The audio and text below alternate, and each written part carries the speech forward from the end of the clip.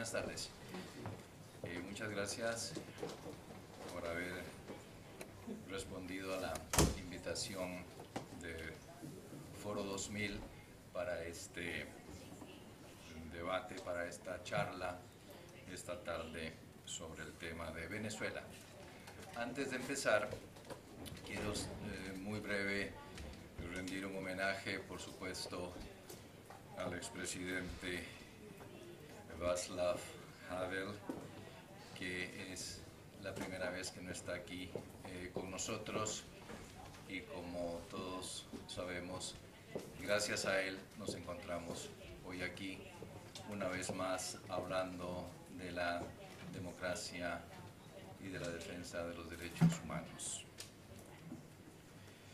Esta tarde nos acompañan la señora Tamara Sujú, aquí a mi izquierda, abogada y defensora de los derechos humanos en Venezuela.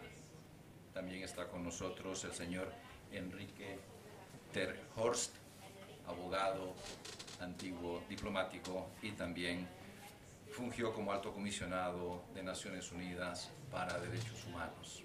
Y aquí a mi derecha está el señor Ruml, conocido por muchos de ustedes también, antiguo disidente anticomunista, signatario de Carta 77, exministro del Interior y permanente luchador por la defensa de los derechos humanos.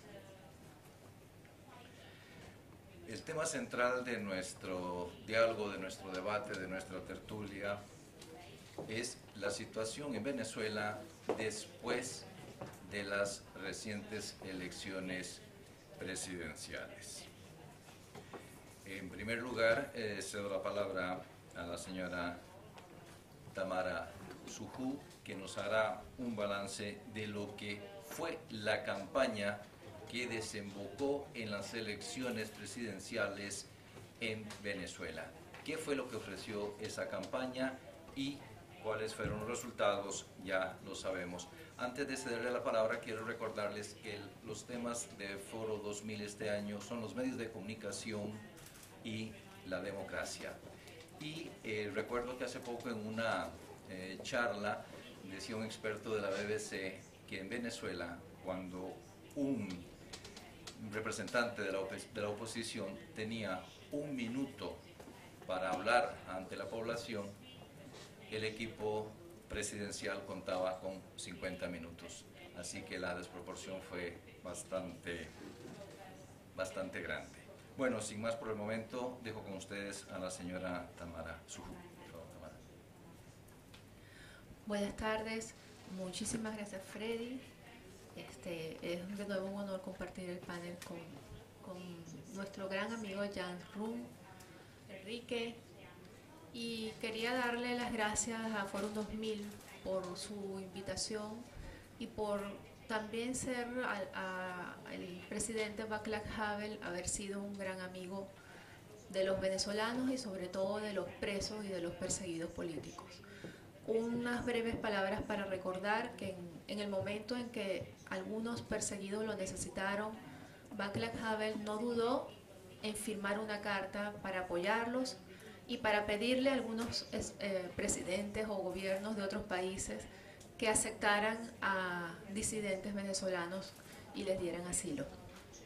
Para él, pues, nuestro recuerdo y nuestro gran agradecimiento. Ante todo, quisiera mostrarles un video que dura 4 minutos, en donde se resume cómo fue la campaña y sobre todo lo que nosotros denominamos la campaña de David contra Goliat, o Goliat contra David. Goliat era Chávez y David era Enrique Capriles.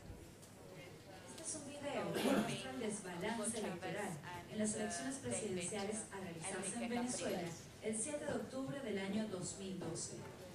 La campaña presidencial por la reelección, Chávez, corazón de mi patria, no dista casi en lo absoluto de la campaña de difusión de los logros del gobierno, Corazón Venezolano, que identificó al gobierno oficialista los meses previos al inicio de campaña, llenando indiscriminadamente edificios públicos, vallas, pendones, afiches, paredes y esténciles. Más allá paralelismo de estas campañas y la evasión de las restricciones electorales está el uso abusivo de los bienes del Estado para financiar la campaña electoral oficialista y su uso indiscriminado en edificios de instituciones del Estado, a pesar de que está prohibido por la ley electoral. Y no es el primer desbalance que ha tenido el CNE a favor del actual presidente Hugo Chávez. Se han hecho 83 denuncias ante el CNE por violación de la normativa electoral por parte de la campaña del actual presidente Hugo Chávez, y ninguna ha obtenido respuesta.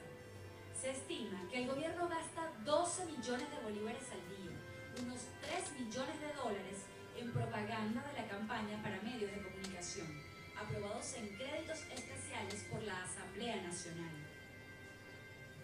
A pesar de que para las elecciones presidenciales de este año, el Consejo Nacional Electoral ha desarrollado una normativa especial en la que solo permite un máximo de 3 minutos diarios de propaganda electoral por candidato y por canal en los medios de comunicación nacionales, esta legislación parece limitarse solo al candidato de la oposición, Enrique Capriles. Desde el 1 de julio y hasta el 9 de agosto de 2012, durante el primer mes de campaña, el presidente Chávez encadenó un total de 14 veces, sumando 21 horas y 23 minutos al aire. Un promedio de 33 minutos al día, más los 3 minutos reglamentarios, más los 10 de la Ley de Responsabilidad de Radio y Televisión, le dan un total de 46 minutos de exposición mediática diaria por canal y por emisora radial, contra 3 minutos que le permiten a su contendiente Enrique Capriles. Aunado a este desbalance comunicacional, está la presión que ejerce el gobierno central sobre todos los empleados que dependen directamente de ellos. En Venezuela, el número de empleados públicos ha ascendido a 2.500.000 desde la actual administración presidencial, igualando a la cantidad de empleados públicos de España, más de los que hay en Estados Unidos, unos 2.2 millones, y superando por lejos al millón de empleados públicos que hay en Colombia. 2.5 millones de familias que dependen directamente del gobierno. Un gobierno que se ha encargado de dejar muy claro que el que vote contra él es su enemigo. Yo trabajo hace 1 año y medio en la institución para el Estado y en ese tiempo me ha obligado a marchar. Por ejemplo, en el caso de las primarias, que cuando iban a votar, si se llegaban a enterar de quién había hecho, el comentario se hacía era que así tuviese 25 años de servicio nos iban a parar para votar a la gente. Que también nos obligan a utilizar una camisa roja, tanto en las marchas como en el uniforme institucional es así. Pero el que no lleve la camisa roja es amonestado. Recientes encuestas demuestran que el 22.79% de los venezolanos cree que el voto no es secreto. Es incluso más preocupante la falta de observadores internacionales en estas elecciones. La normativa electoral para estos comicios regula la participación de los observadores internacionales al punto de convertirlos en acompañantes electorales, una figura que no puede opinar ni emitir informes públicos sobre lo observado. Es tan limitada y restringida esta observación que instituciones como el Centro Carter, que ha sido uno de los observadores electorales recurrentes en las elecciones venezolanas, ha declinado venir al país frente a semejantes limitaciones. A pesar de que la campaña ha sido una verdadera lucha entre David y Goliat, la constancia, la lucha, las ganas de progresar de los venezolanos y su incansable amor por la libertad será el factor decisivo entre continuar con el pasado o abrirle camino al futuro.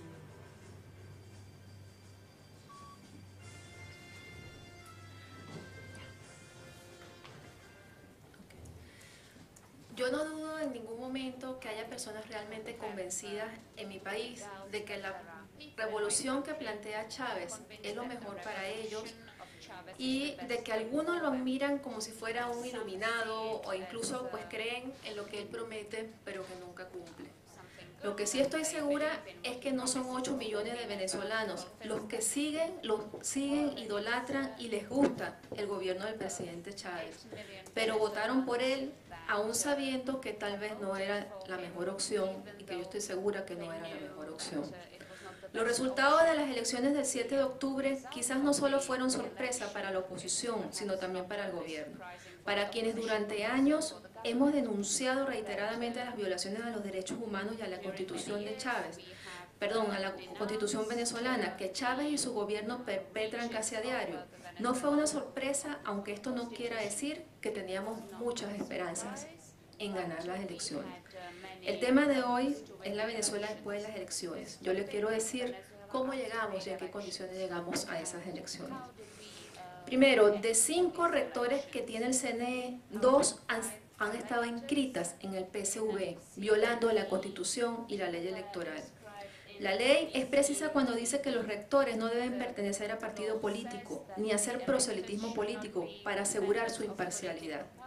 Las rectoras Socorro Hernández y Tania de Amelio eran, para el momento de su designación como rectoras del Consejo Nacional Electoral, militantes del partido del gobierno, PSV, designación que viola el artículo 296 de la Constitución y el artículo 9, numeral 4 de la Ley Orgánica de Procesos Electorales. Esta designación fue impugnada ante el TSJ por la organización civil Súmate en el año 2009 y hasta el día de hoy no ha habido respuesta del TSJ. El 2 y el 4 de noviembre del año 2011, ambas rectoras solicitaron al presidente del partido PSV su renuncia. Por supuesto, ya el daño estaba hecho. También durante la campaña, el CNE hizo caso omiso a las denuncias que la oposición presentó sobre el ventajismo del candidato oficial e incluso se quedó callado ante las cadenas de Chávez. Segundo, hoy en día tenemos un registro electoral permanente de 19 millones de personas que rompe toda lógica matemática, estadística, histórica y demográfica. La cantidad de personas que supuestamente han cumplido 18 años en los 2 últimos años, edad necesaria para votar, no tiene lógica y no concuerda con el crecimiento demográfico venezolano.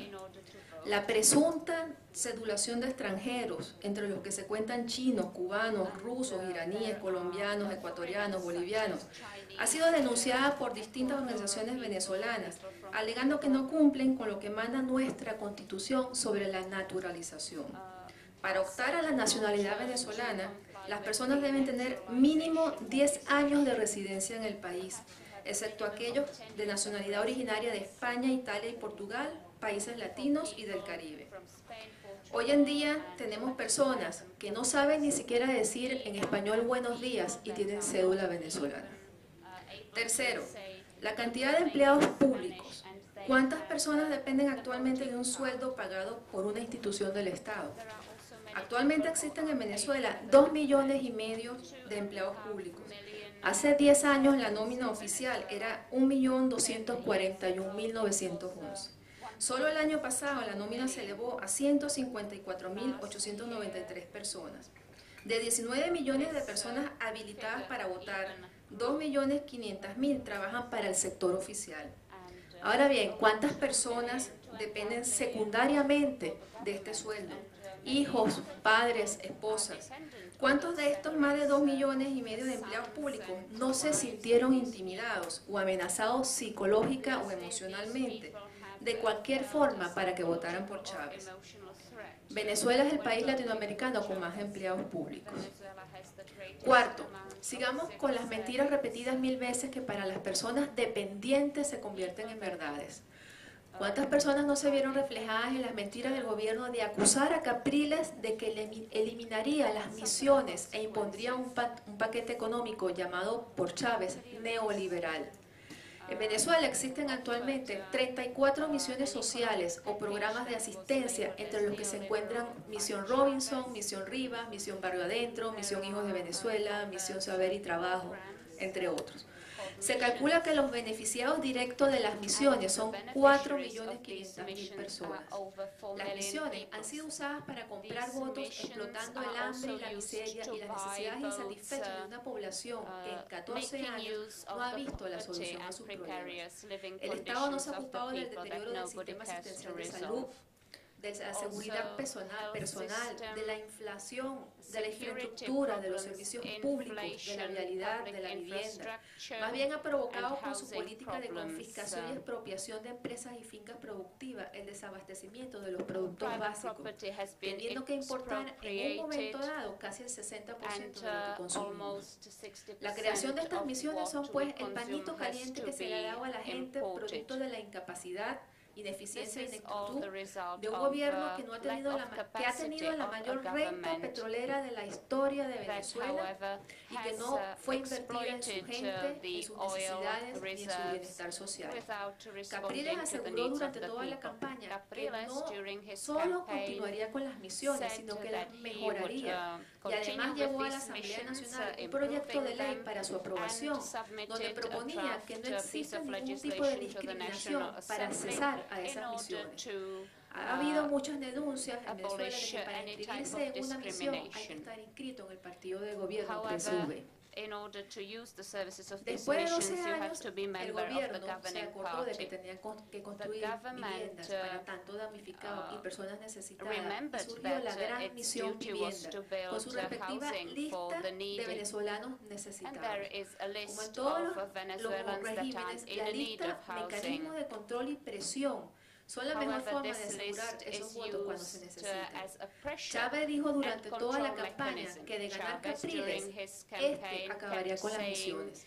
Imaginen ustedes la presión que estas personas inscritas en esta lista, que estaban esperando ser favorecidos con unas viviendas, sintieron, y la necesidad de votar por Chávez solamente con la ilusión de recibir una vivienda en algún momento algún día. La parte más improvisada, pero que también funciona, son esas dádivas, esos regalos que da, esos bonos que da el gobierno o que dio el gobierno durante la campaña. Desde bonos depositados en las cuentas de los funcionarios públicos como adelantos de aguinaldos, hasta venta de electrodomésticos traídos de China a precios irrisorios en los barrios, en las calles, parecían regalitos de fiesta, ¿no? Regalos de fiestas de salida, donde las personas pues adquirían cosas regaladas para la haciendo campaña en favor de Chávez. El uso indiscriminado de las arcas del Estado para promover y consolidar la candidatura del presidente. Nunca fue tan pública y notoria la corrupción administrativa del régimen como en esta campaña. El dinero usado para movilizar autobuses, taxis, motos y todo aquello que pudiera arrastrar a la gente a las diferentes concentraciones fue inmesurado. El uso de autobuses y vehículos pertenecientes a organismos e instituciones públicas que trasladaban a las personas de un estado a otro. La propaganda política que forró prácticamente postes y paredes, incluso de organismos públicos. El abuso desproporcionado de los espacios televisivos y radiales para encadenar al país promoviendo su candidatura sin que mediara sanción alguna por parte del CNE, organismo que supuestamente es autónomo. Se estima que el promedio usado por el presidente Chávez fue de 46 minutos diarios contra 3 minutos del candidato Enrique Capriles.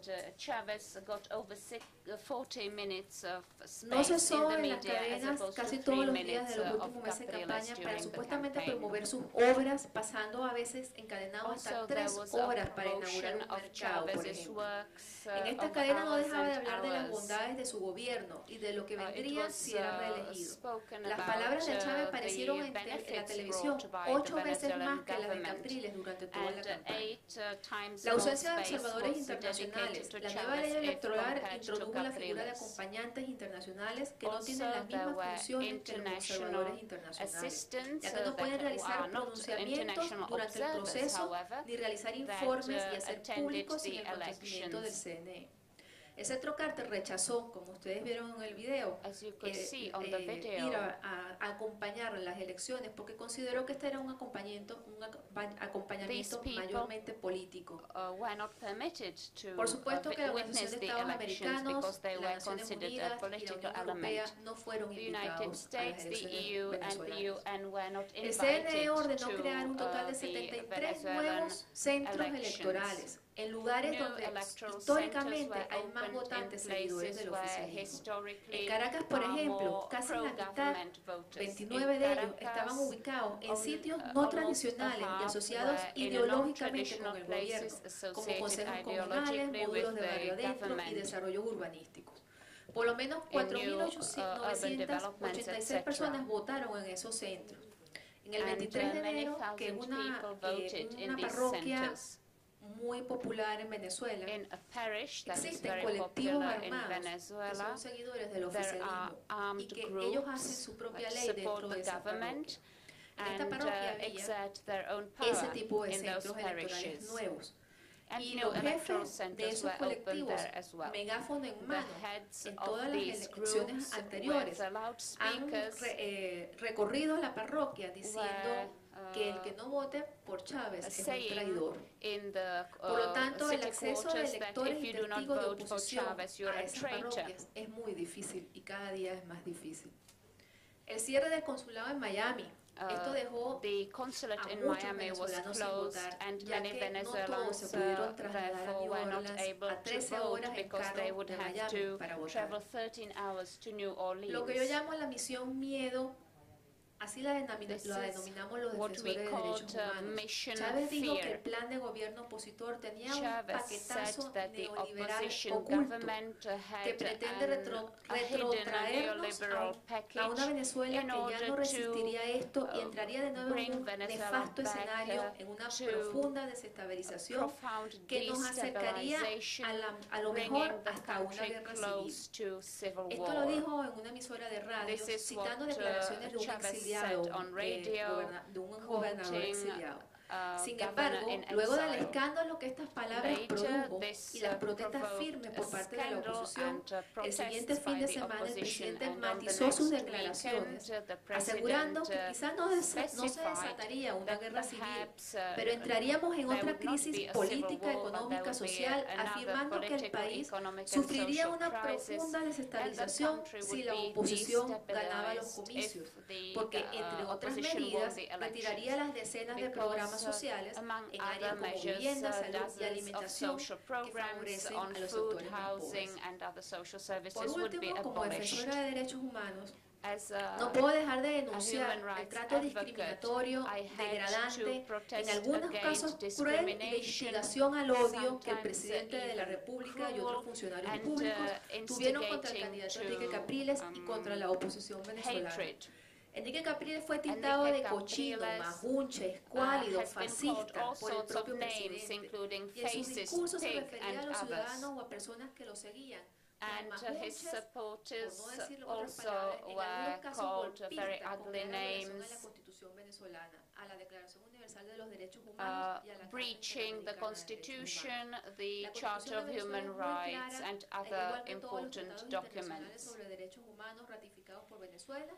And also in breach of international legal documents ratified by Venezuela that prohibit any discrimination based on sex, religion or political belief. I will show you a video of 30 seconds and you can now listen.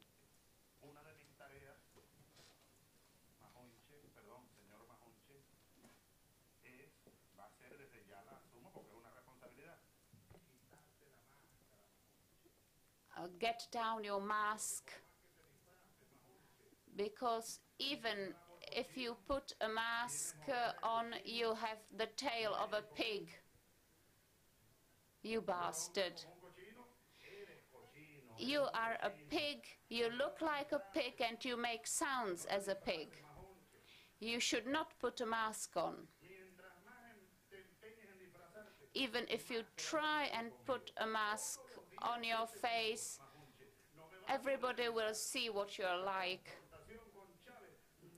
Confrontation with Chavez is something you cannot avoid, because that's confrontation with your homeland and with national dignity.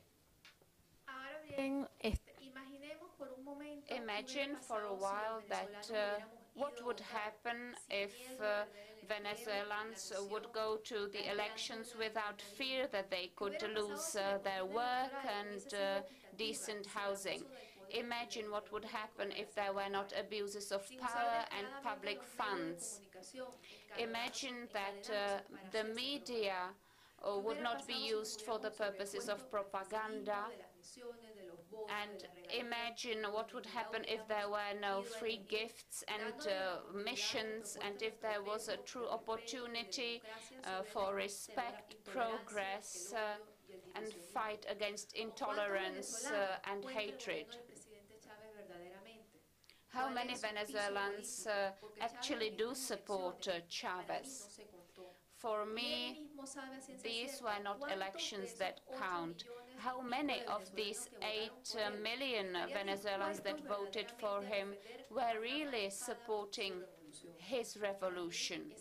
For me, that's the greatest weakness of Chavez's government.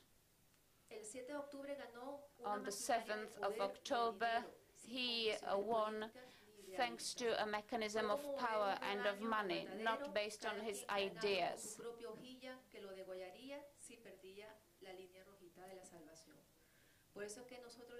And we Venezuelans say that we still have hope, because if there are still people in Venezuela fighting to make other people in Venezuela understand that there could be a country of respect and human rights, we will still have hope.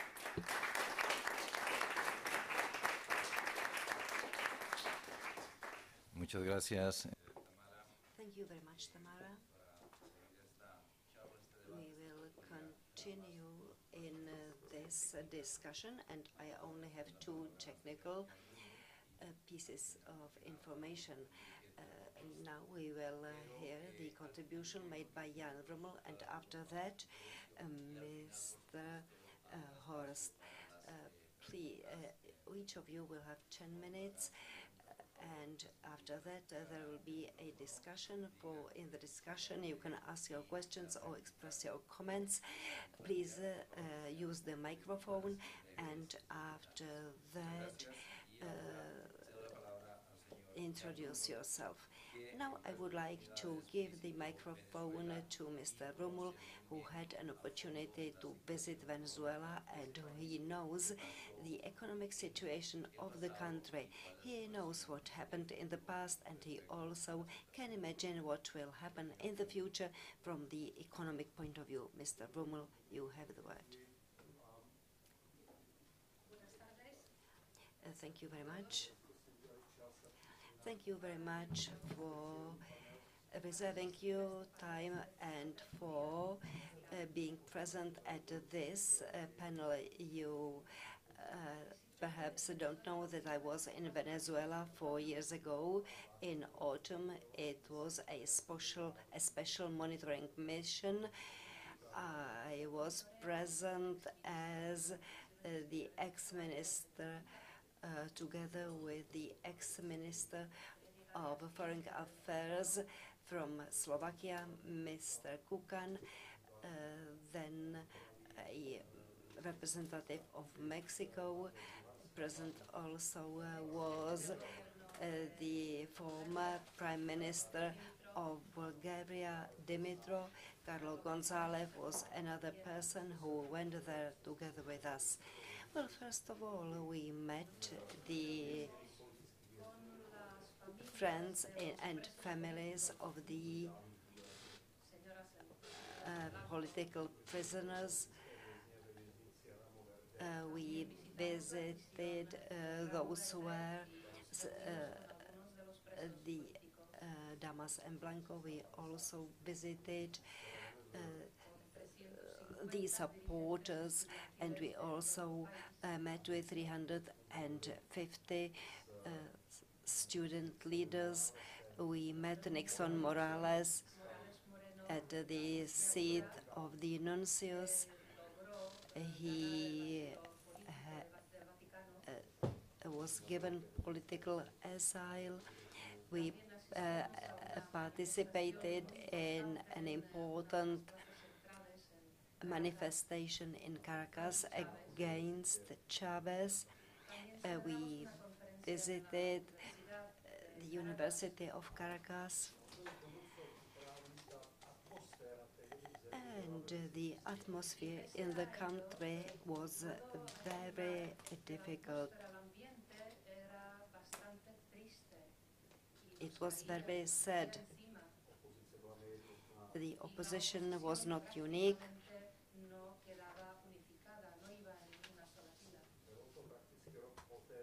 It was a year after the recognition of referendum by Chavez. That was a referendum on important changes of the constitution. He lost his intention to convert Venezuela in a Marxist country.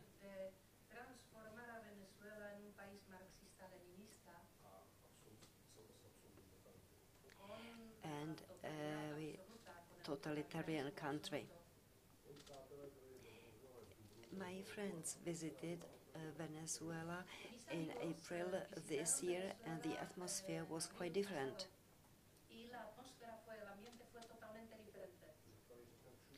They said that the fear, which was omnipresent, disappeared.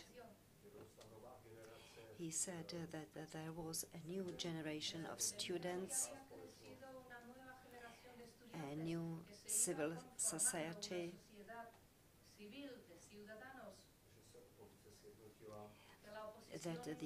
he said that the opposition was unified, that they had a common candidate, presidential candidate, Enrique Capriles.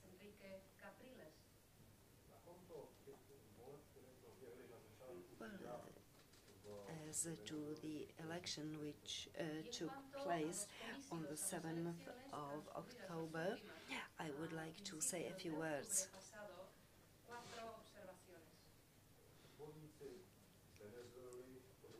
The specialists from Venezuela, and those are not people who would be his party-members, say that he won the elections. There is no doubt about it. En el país y en las elecciones que no son personas que defendieran a Chávez, dicen que él ganó y que no lo dudan. Yo sí lo dudo. I personally doubt it. And Tamara says that we all can doubt because there is a proof of it. Hay que dudar sobre el resultado de los comicios. Populism, threatening people, finance used for the campaign, disproportion of time on air given to the candidates. La disproporción del tiempo con el que contó cada uno de los dos candidatos. Therefore, it's possible to conclude that perhaps Chavez won the elections legally. Nevertheless, this is not legitimate.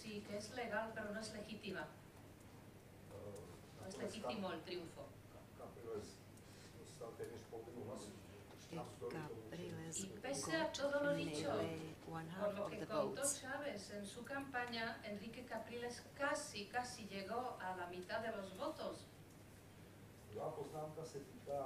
And secondly, I would like to mention the so-called biological solution. I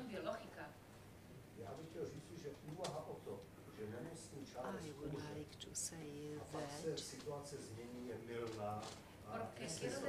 the ideas that Chavez has ill health and he will die, and after his death the situation will change. Well, this idea is not correct. No es sensata, es insensata esta postura. I declare that the opposition must win Chavez and Chavism in free elections.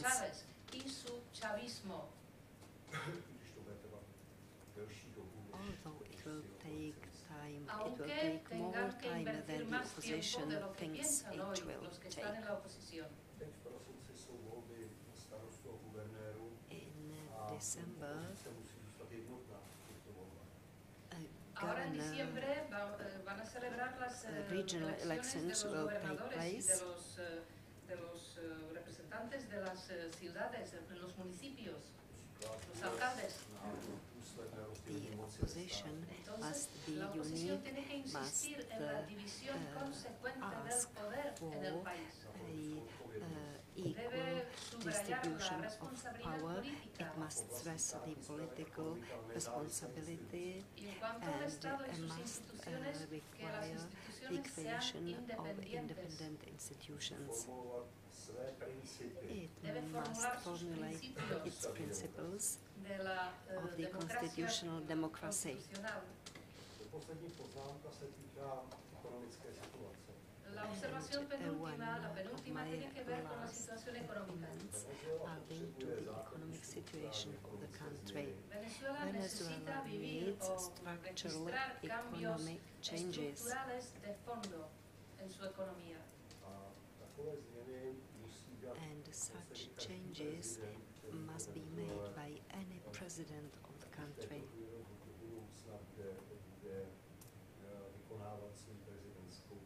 Y Whoever son it will be. cambios que le esperan a cualquier presidente que gane las elecciones presidenciales, o sea, son absolutamente obligatorios. The structural changes, the fundamental structural Los cambios deben changes desprenderse del must be hecho based on the fact de que la riqueza natural the natural resources not necessarily generate riqueza del pueblo. national Pertenece al well-being. pueblo, pero no necesariamente va a desembocar de él. For example, oil is exported, nevertheless, the earnings Los rendimientos de las the exportaciones del earning petróleo deben obtained from the destinarse export al desarrollo of oil tecnológico should be used for the technological development o la mejor for distribución better de los fondos distribution públicos, of recursos public públicos, funds, and y la dirección racional particularly del cambio de la moneda,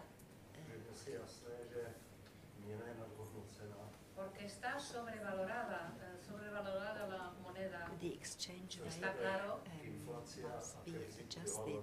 lo cual desemboca en la inflación y luego la devaluación, Currency la is crisis de la clearly devaluación. La overvaluated, política pública and debería the encaminarse monetary policy hacia la should be capacidad oriented de to the competir exchange con el rate, cambio which would be reasonable and que, which would support the economic bien growth. regulado debería fomentar el crecimiento económico, creando nuevos puestos de which trabajo will contribute to productivos the creation of jobs. y el The control control de over los prices precios and y the el control fomento of a las cheap importaciones es una forma imports muy primitiva de is a very favorecer el primitive way desarrollo económico.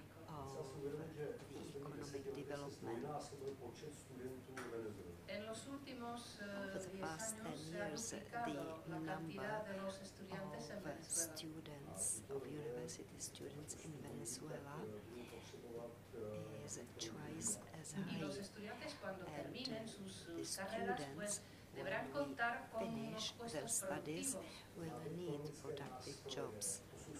It means Los that instrumentos the económicos que structural son estructurales tools, the deben economic tools, dar la posibilidad de will que la need gente to pueda have trabajar, the dar trabajo a las option personas, of the a la gente. people to work. They will have to generate jobs. Esta mañana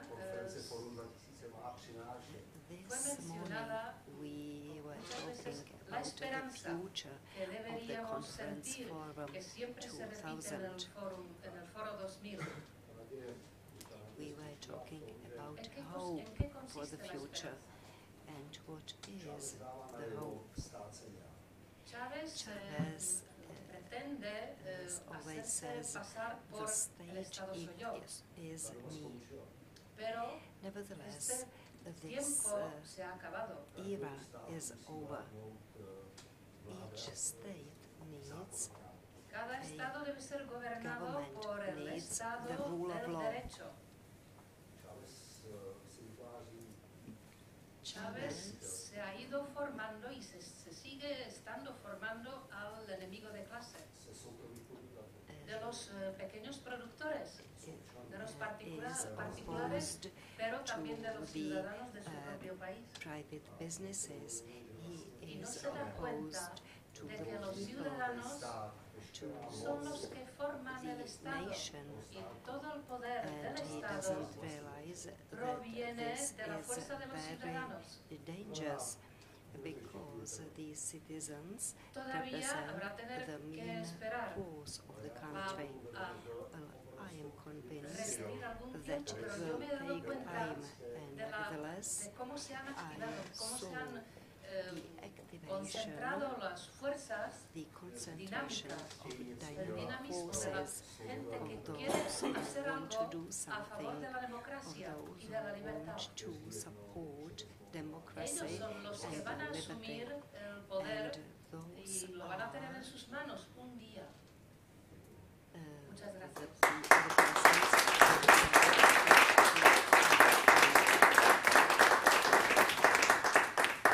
Gracias al señor Jan Ruml.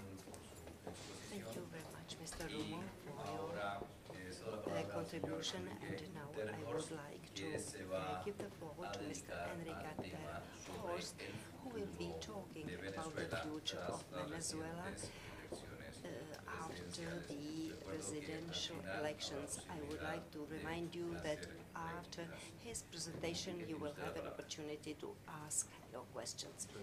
Valverde. Thank you, Mr. Valverde. I would also like to start by remembering Václav Havel, intellectual and statesman, who followed the principle that if you have power, it's because you should serve people. And as opposed to what we see in many other countries, included mine, that power is used for political partiality to the detriment of a minority that, however, happens to be almost half of the entire country. I would also like to greet Jan Ruml, a friend of mine, a friend of Venezuela and the democracy in Venezuela, as he has just shown again in his brilliant speech. I am the last speaker after very detailed presentations by the previous speakers. It's both an advantage and a disadvantage. I started crossing out things that were in my speech, and with the risk of repeating myself, I will try to start covering three main issues. First, the result of the election. One figure is important here, perhaps two, if compared to the presidential elections 6 years ago. 6 years ago, President Chavez won at a difference of 26% over Mr. Rosales, his opponent. This time, it was less than 11%. And this, despite the introduction of a system of distribution of the public income that goes to the benefit of the poorest sectors, and that also, however, creates dependency with a paternalistic and populist policy based on the immense oil reserves of the country. This had its results. Para esta elección presidencial, For this presidential election, the government estableció tres misiones had established 3 new social missions. The Gran Vivienda, Great Housing Mission, is the first of them, with a list with the names, with the hope, and we'll see whether real or irreal hope of housing for 3 million of families.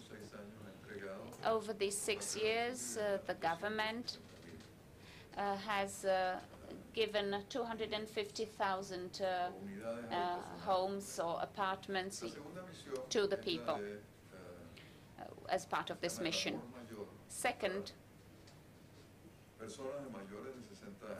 Amor Mayor, for the people over 60 years of age that receive $150 US, and that's over 2 million people. The third is the mission Hijos de la Patria, Sons of the Homeland, 2 million of women, single parents, who also receive support from the government, and also you have the 2.5 million civil servants that are paid by the government.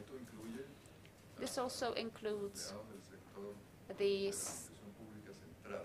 central administration staff, not the staff of nationalized companies.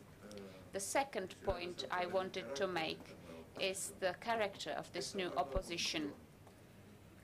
It's not the opposition that intended to make a coup d'etat in 2002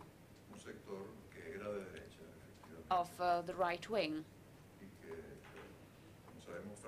As we knew, it failed in the intent of removing President Chavez from power. This is an opposition that goes back to the primary elections with Enrique Capriles as the candidate of a coalition bringing together the democratic parties from the extreme left, the red parties, to extreme right. This option received over 50% of votes in the primary elections, and it had been expected that it would be only about 800,000 people participating. In the end, it was 3 million, and he got 1.6 million votes in that election. It's a candidacy that represented the entire democratic political spectrum, and this fact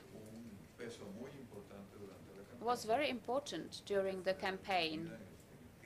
That was obviously restricted by the government.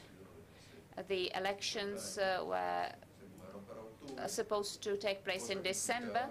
Traditionally, they were moved to October, with the idea that August and September are holiday months where many people leave, and it would be a dead period. However, it was not a dead period. There was intense campaign nevertheless.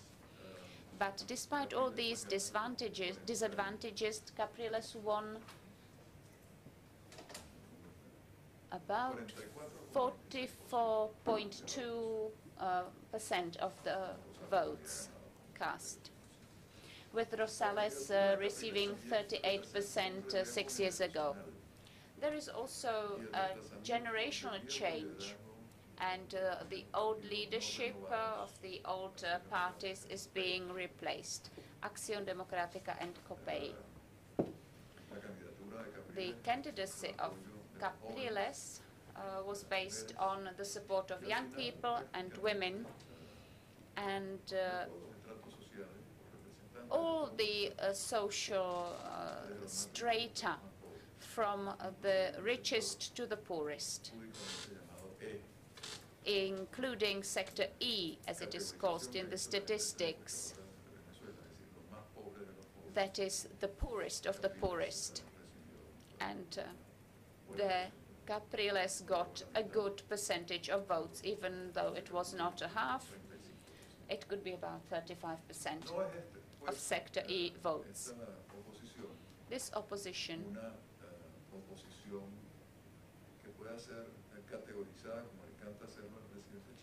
could not be categorized as right or ultra-right, as President Chavez likes to label it. It's not ultra-right opposition. It's probably the most solid foundation we have. And with more time and with more work and effort, it can win a future election. Theodor Petkov, an analyst that is very much respected in Venezuela, published an article on the following day with the title "The Last Election to be Won by Chavez," and I share this opinion.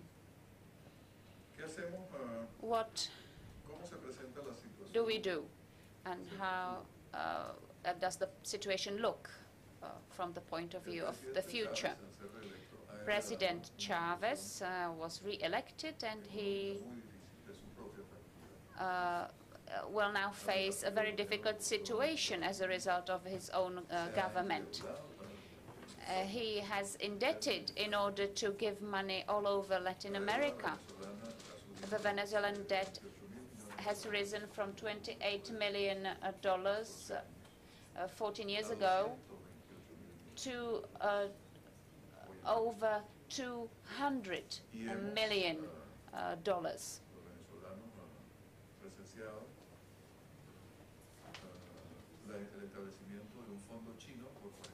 And there is even a Chinese fund of about 40 million, which will be paid from oil in future, and that is not even included in the statistics.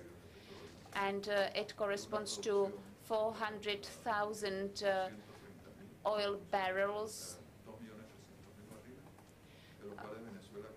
over 2 million barrels are produced every day, out of which 700,000 are used in Venezuela. And a lot of that is already going to China in order to cover those $40 million. And in the missions, a lot of money sinks. It's not productive investment, it's not infrastructure. And also, Chavez is buying weapons.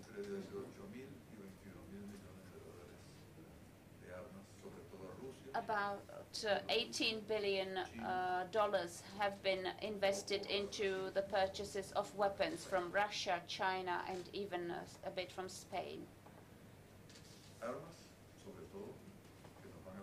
Weapons that will protect us against US invasion. And also material that can be used in operations against enemies. In this situation, Chavez will have to face this context, which is not yet bankruptcy, because you would still have to waste more money in order to go bankrupt. But there will probably be some financial restrictions or devaluation, as Jan Ruml has said, that will lead to inflation. And there will probably also be a restriction of imports, because over these 14 years there have been a huge destruction of jobs in industrial production. SMEs in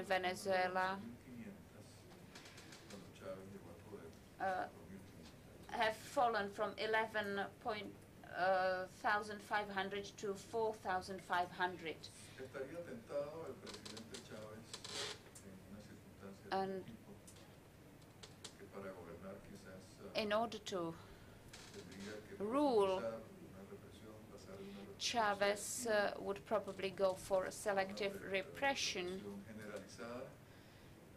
Quizás esa sea la gran pregunta. and perhaps there will be some more general repression. That's a big question. Chavez, after his victory on the following day, said that starting on the 10th of January, when is the beginning of his term of office for 6 years, he will go deeper in socialism. This indicates that the destruction of decent jobs, well-paid jobs, will continue, and that we will have to resort to imports. The Venezuelan economy is called port or harbor economy now, with reference to the ports through which everything that we need is brought to the country. 73% of all the food we eat is imported already. Regresar a la Constitución le permitiría And going back to the constitution would permit President Chavez consolidate the political party that he created as UV, as a democratic force, and a political reference for many years to come. haber movido de manera probablemente duradera todo el espectro político. And having moved all the political spectrum towards the left. One of the huge lessons we have learned from President Chavez is that we will not recover democracy if we do not overcome poverty. We cannot neglect a population that is still there, living in poverty. Although President Chavez says that the number of poor has dropped by 18%, we still have 50% of poor people in the country. And this situation is scandalous, it's unbearable, unacceptable, and any democratic president will have to reconstruct the Venezuelan economy around this priority, the overcoming of poverty.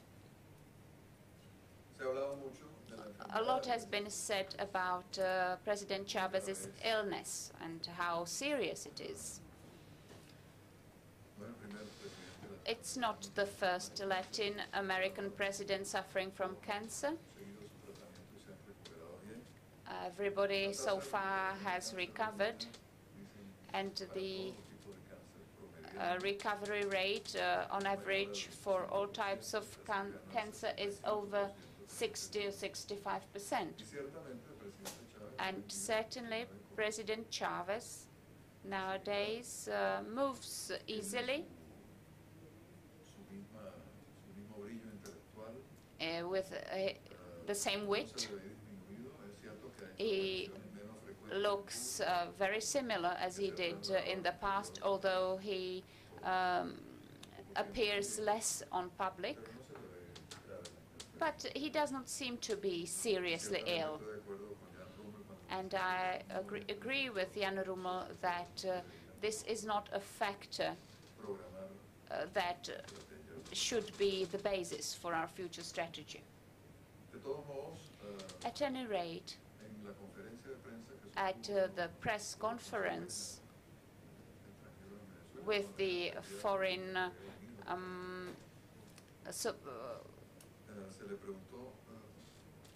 foreign journalists in Venezuela, he was asked about his health and about how we wanted to organize the transition. Also, President Lula said that Chavez, of Brazil, that Chavez should think about his successor, and so many years in power is perhaps a lot. And responding to a question by a journalist from abroad on the evening of his victory in the elections, Chavez said that his government, his regime, no longer depended on one single person, but that it was already a system. And a couple of days later, he nominated Nicolás Maduro as vice president, that acted as Minister of Foreign Affairs, and a man in whom the Castro brothers believed.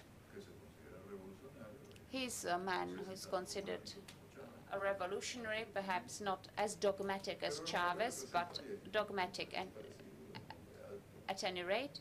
He looks good, he's tall, his face is a bit nicer than Chavez's face, and he's perhaps more reasonable than another man who comes from the army and has supporters in the army, and who is closely linked to generals who have been internationally accused of drug trafficking. And even though he is not dogmatic, he has other characteristics that make him less sympathetic than Mr. Maduro. The opposition will now have to recover from this blast, moral and political failure in the elections. Although there are some advantages to that, as I will try and explain. We have elections of governors and mayors in December, on the 16th of December. And in primary elections, opposition candidates have been selected for both the office of governor and mayor.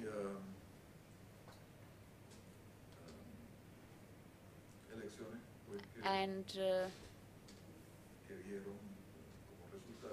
the result of these elections was candidates with popular support, and many of them will have good opportunity and good chance to win the posts of governors and mayors. And Chavez warned of civil war in case Enrique Capriles would win, as Tamara has said.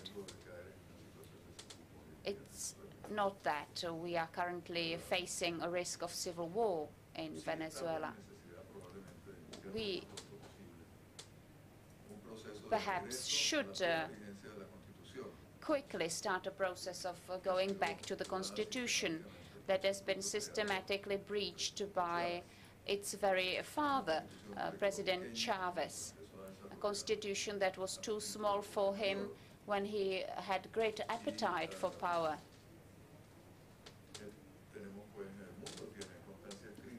And he intended to introduce totalitarian principles in his constitutional reform draft. The National Electoral Council so far did not give us the final result of the referendum. The President said that the result irreversibly, in inverted commas, has shown that the reform program was refused.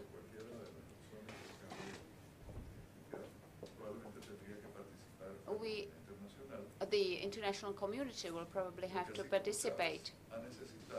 Chavez has needed international alliances in order to implement this totalitarian project. in order to destroy it, we will also need cooperation and participation of some countries such as Brazil, Chile, Salvador, Canada, the Czech Republic, Finland, big and small countries that do not have any direct link with Venezuela, so that they are not forced to defend any interest of theirs. Sorry for being a bit rude. Bueno, muchísimas gracias. Thank you very much. I would like to give thanks to all three panelists. Unfortunately, time is our enemy. Therefore, I would like to open the discussion, and those who would like to ask a question, please raise your hands, and please tell us your names, and we ask you to give very short questions. Well, let me speak in English. My name is Tomáš Klvania. I'm also a delegate at this conference. I'm just think back to the times when Chavez actually first took power in the 90s. At the time, he was supported by a significant part of international left. Does he still enjoy that kind of support? What happened to that support, and can he still rely on that sort of moral and ideological support of people who generally are considered as left-wing activists in the world?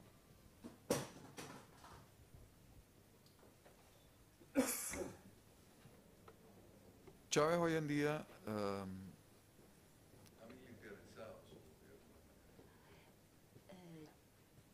Chavez has militarized his government. Of course, Cuba, Nicaragua, Bolivia, Ecuador still support him. And nevertheless, there are two different leftist routes in Latin America, Brazil and Chile. There is a model of real socialism which lived Europe and Soviet Union. Latin America opts for the liberal democratic model.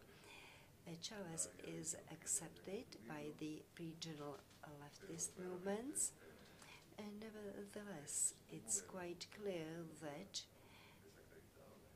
his model is discredited because the people witness economic failure, economic destruction, I would say, and his regime is more and more militarist.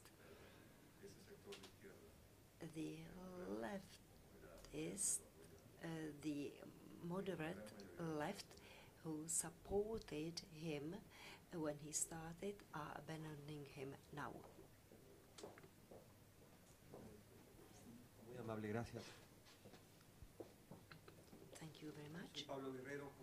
My name is Pablo Guerrero. I'm from Ecuador. I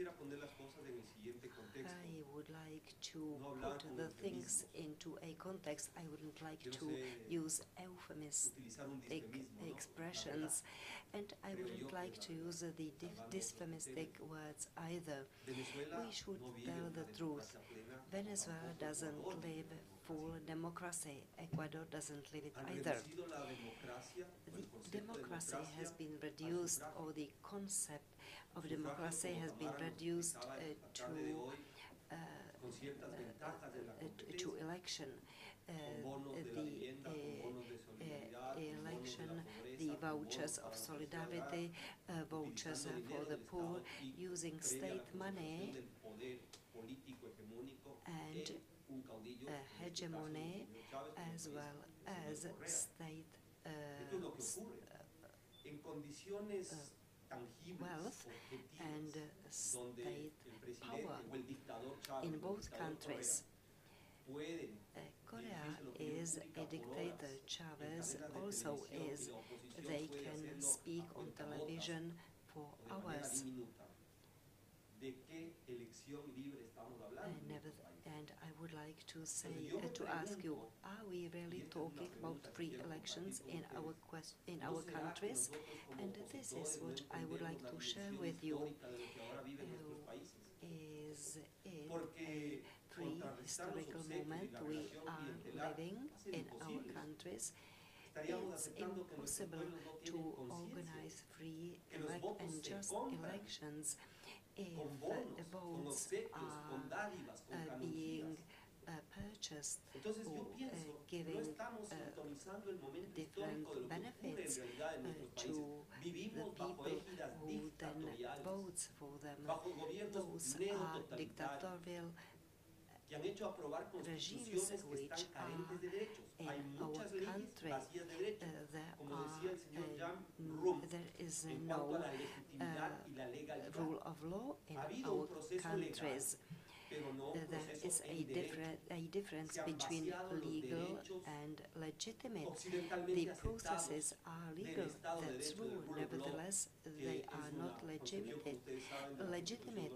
The rule of law doesn't exist in our countries as it exists in the United States and as it appears in the constitutions in very many countries. I would like to ask how the oppositors to the regimes can raise your voices, can express themselves. We should do it. We should say that there is no liberal process in Venezuela. The elections were not free. The journalists cannot interview the political candidates in the pre-election campaign. The activists cannot express their ideas. It's clear that we live in dictatorship and that it's necessary to raise the awareness of the opposition, of the academic community, etc. Because without them and without the support of our countries, it's impossible. I appreciate your contributions. Nevertheless, we should be aware that we are living the neo-Marxist dictatorship. And my country sells uranium to Iran, and it has relations with the banks which are prohibited by the international system. Thank you very much, Senor Guerrero. Jan Ruml would like to contribute. I would like to say that those neoliberal Democrats know that the election as such cannot be a measurement for the democracy, for the quality of democracy. The election can be manipulated. It can end up with a tyranny of the majority. This is what happens in Latin America. We can talk about the tyranny of presidents. There is a system which is also based on our elements. For example, the distribution of power in the state, the protection of fundamental rights, which is a universal value. Free media, conditions to create a civil society, rule of law, so that the law rules, not a person. Well, those are well-known elements of liberal democracy, which in Venezuela and Ecuador does not exist yet. 5 years ago, I had a contribution at Forum 2000 conference, and I was talking about the presidential systems in Latin America. I was talking about the dynamism or dynamic changes where dictatorships are substituted by liberal democratic governments. Democratic governments are substituted again by democrats, and this happens in the countries where open principles cannot be implemented. You are right that in Venezuela, Ecuador and Bolivia there is a Marxist government, I would call it.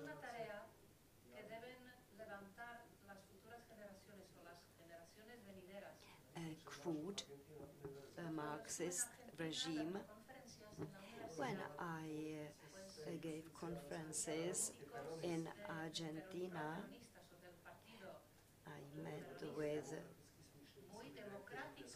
Peronist politicians. They were very democratic. They are members of parliaments. In Venezuela, I met with thousands of open and democratic students. I believe that it's necessary to pay more attention to the objective. It's necessary to be very perseverant and to do specific steps against Chavez specifically. I would like to know if I can also have a question. Do you think that when Chavez goes away, let's say if he goes away biologically or if he leaves due to the result of the election, will the Chavism disappear as well? Let's say Peronism still survives in Argentina. It's different, it's not the same shape, and nevertheless it's an important political force which still exists there. Well, I would like to know what's the future of Chavism without Chavez. First of all, you could answer the question made by Mr. Guerrero and then the question made by Mr. Ruml. Algo corto, ¿no? Venezuela is not a closed dictatorship as in Belarus, because otherwise we would not be here. We would not be attending an international forum. We would not be allowed to leave the country. For instance, Ioannis Sanchez, who was not able to come physically. However, obviously, some freedoms are curtailed, such as the freedom of expression. The opposition is there. I would call it a modern totalitarian government. Venezuela cannot be isolated from international community, as Cuba did, because since it is an oil exporter, we have long borders with Colombia and with Brazil, and Chavez could not close these borders as they did in Cuba, although Cuba is an island, so it's easier. It's, as Enrique says, a modern totalitarian government. And Chavez still holds power. thanks to the atmosphere of fear. Venezuelans have been persecuted systematically. The journalists, human rights advocates, politicians and other people.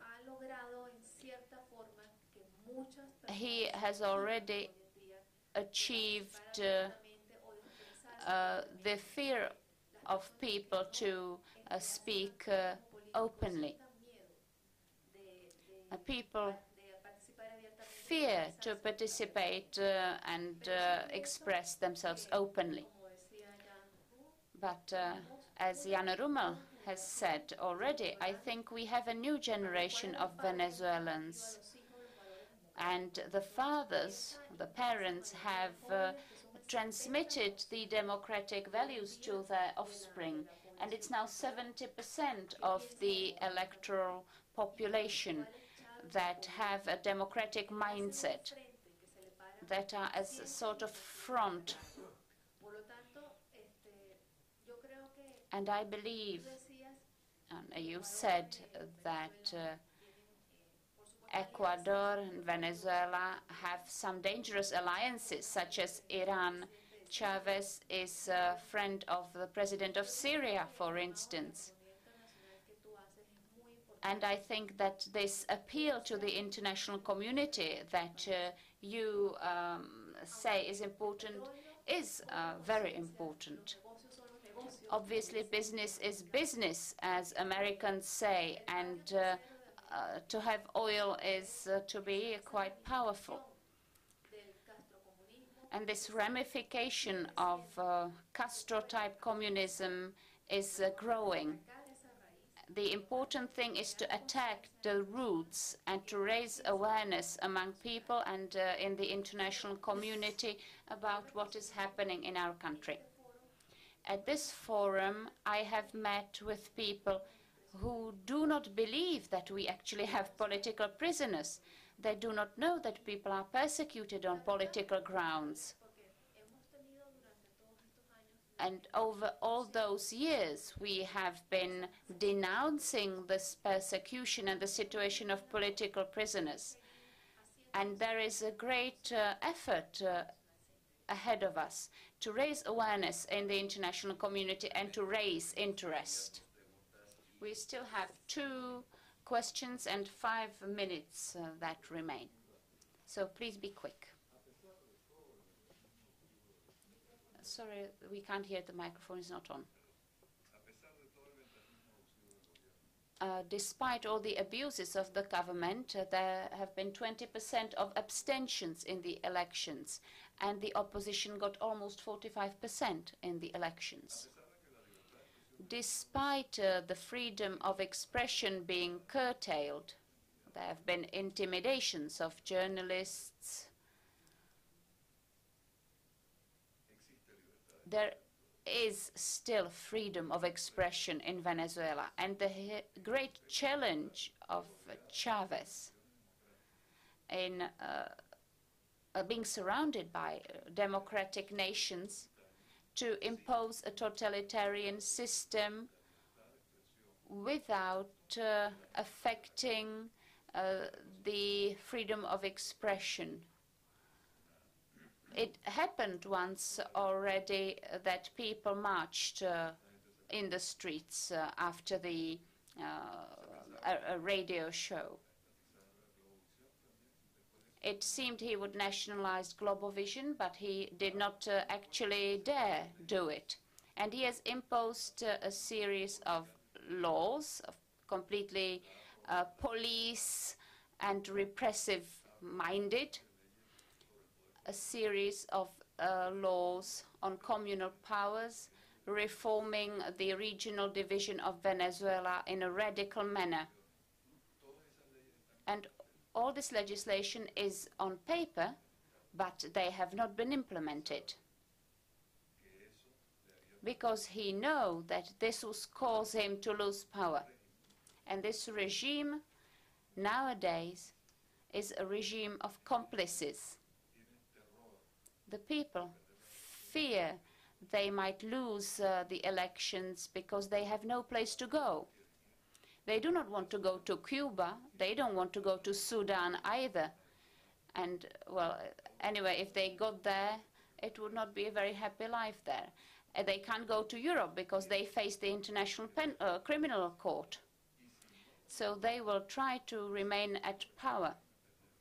And if they lose power, they will have to negotiate with this democratic opposition. I think we are in the final phase of this government.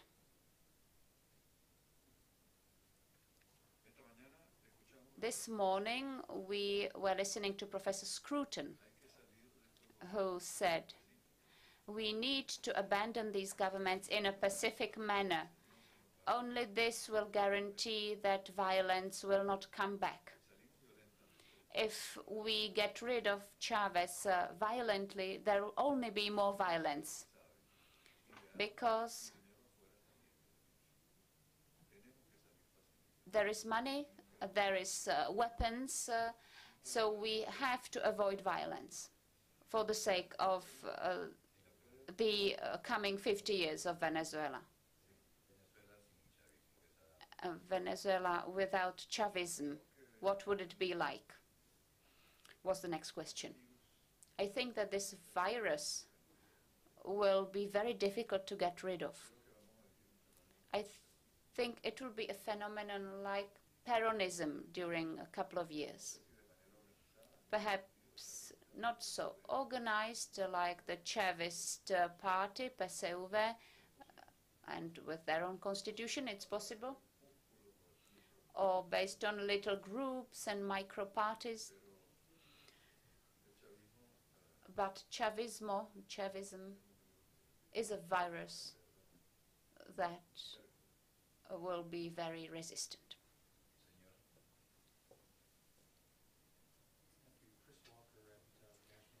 Democracy. Thank you for your presentations. They were very interesting and insightful. I have a question that's related to Jan Ruml's question on the fate of Venezuela after Chavez leaves the scene. And that is one of the things he's done, especially with the price of oil at the level it's been, is to erode all of the critical institutions for democratic accountability apart from elections. So he's eroded, relatively speaking, media freedom by closing radio stations, by squeezing the space. He's put more pressure on civil society. He's eroded the integrity of government institutions through patronage and through these schemes that you've all described. Given the loss in this election, how would you briefly assess the resilience and the approach to the current conditions if, say, there's 6 more years of the current arrangement? How would you assess the condition and the spirit of civil society and the NGO community in Venezuela?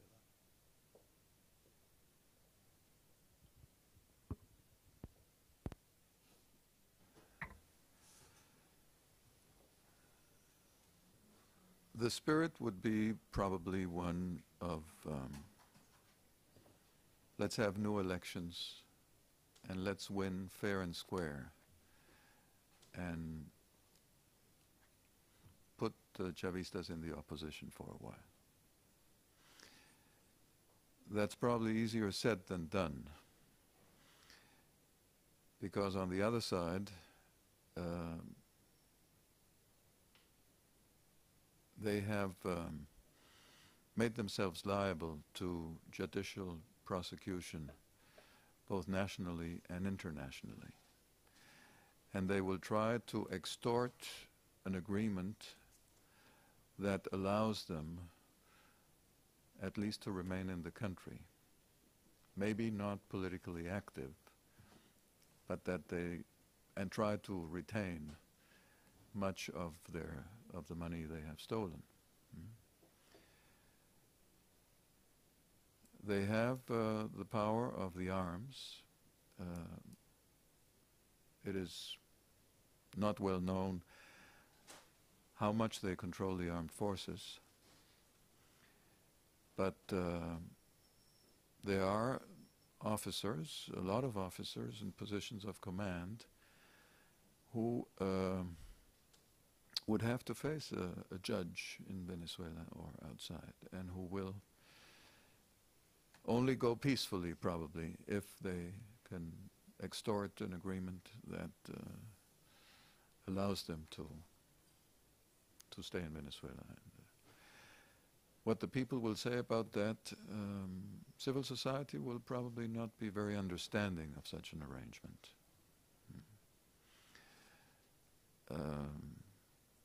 Personally, I believe it's probably the thing that has to be done to a certain extent. Try to accommodate these people so they do not constitute a threat. The Chavista party today controls parliament, controls the entire judiciary, controls probably the armed forces as well, controls the oil industry. So they have the capability of doing a lot of harm. Muchísimas gracias a los. Thank you very much, panelists. Thank you. I would like to thank you all for coming. Unfortunately, we do not have any time. The time is over. Therefore, I would like to say goodbye to all of you, and I'm looking forward to working.